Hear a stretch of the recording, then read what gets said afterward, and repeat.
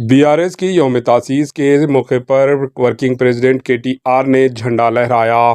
तेलंगाना के असल अपोजिशन भारत राष्ट्र समिति बीआरएस ने अपना यौम-ए-तासीस मनाया।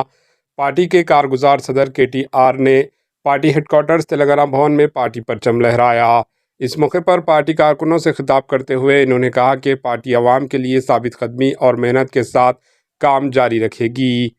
Bureau report, AHN news.